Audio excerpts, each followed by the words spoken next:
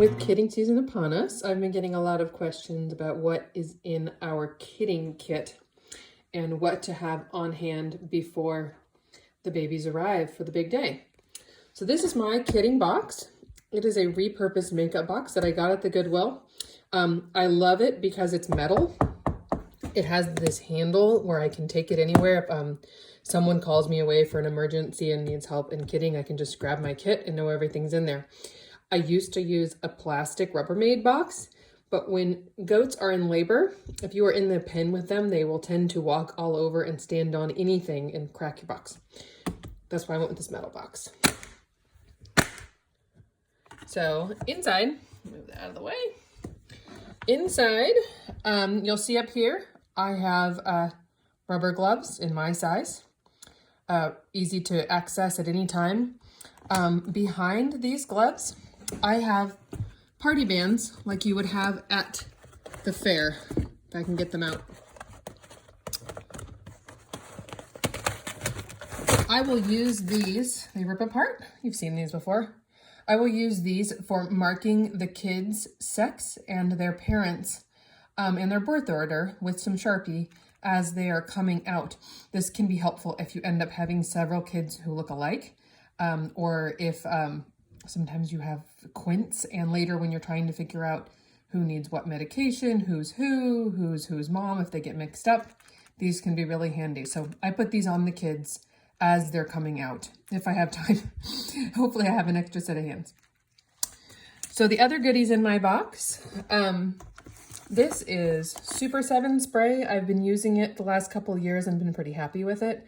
In any kidding instructions, you'll see tips for dipping the navel in iodine just after the kids are born. If you have a nice little cup and you want to do that, great.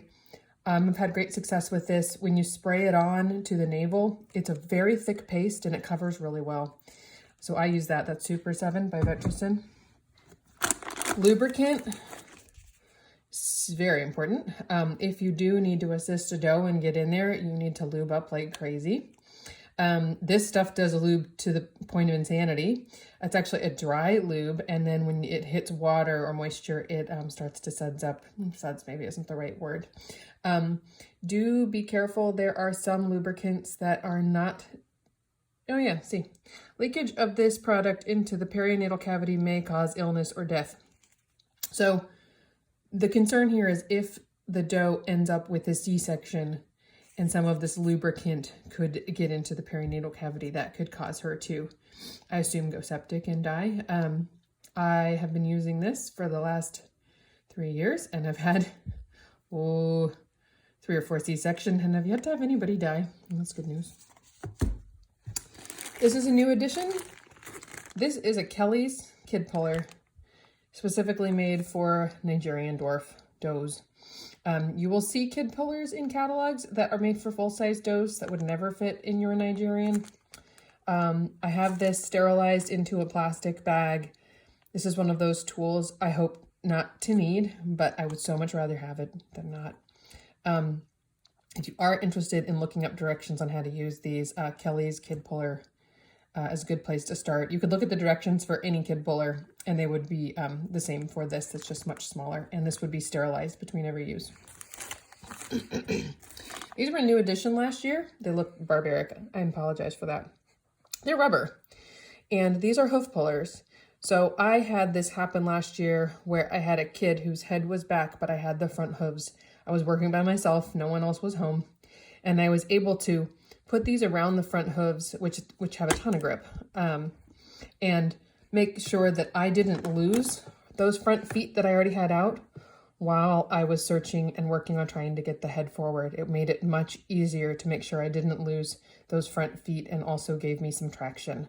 Again, sterilized between each use. These don't go inside the goat typically. These are going to be used once I have hooves on the outside. But these do work for any size goat and worked great on Nigerian kids. Sterilized scissors. I've sterilized them and wrapped them back in saran wrap for next use. I use this for trimming navel cords, umbilical cords. After they've been cleaned off, if we've still got, I don't know, 6-8 inches, I will give it a trim up to maybe 1 to 2 inches up to the belly. I'd probably do that first and then spray it with my navel spray. Handy wipes for me, always handy. These I've used on and off with different success. These are Chucks. These are those puppy training pads. They can be handy if it's really wet out or I have a bunch of goats popping out really quickly. I have found just drying them off with paper towels is just as effective. Some people have a big supply of old rag towels to use. So this would be as the kids are coming out all sopping wet, you can plop them onto here. This is a garbage bag. I will use this for any garbage I accumulate during the birth process, whether that's these Chucks, whether that's rubber gloves, or I will always have with me a huge roll of paper towels and use for cleaning off faces and helping dry off kids in the nursing, in the birthing process. And birthing does tend to make a lot of very dirty garbage. The last things in my box, the Sharpie, very critical for filling out my little neck bands. A flashlight, super important. So if you have a bubble coming out your doe's rear, you can check and see what's in there. Are we just seeing an empty bubble? Are we seeing a kid's nose? Hopefully a kid's nose and 2 front feet. Batteries, placement for said flashlight. I love my bulb syringes for cleaning out the nasal passages when a baby is first born.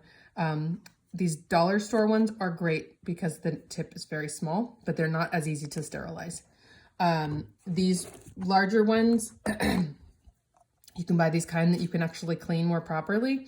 I have found the plastic does wear down though. So be sure to have a couple on hand. I boil these for a minimum of 5 minutes. You can also use the sterilization setting on your Instapot for cleaning those. And the most important tool in your kidding kit, a thermometer. You will sometimes have kids come out who are weak and not getting up to nurse, and you're wondering why. Always check their body temperature. If you see any signs that give you pause, they need to be about 101 before they're going to be ready to digest milk. Do not attempt to get them to drink milk or digest anything until they're up to body temperature.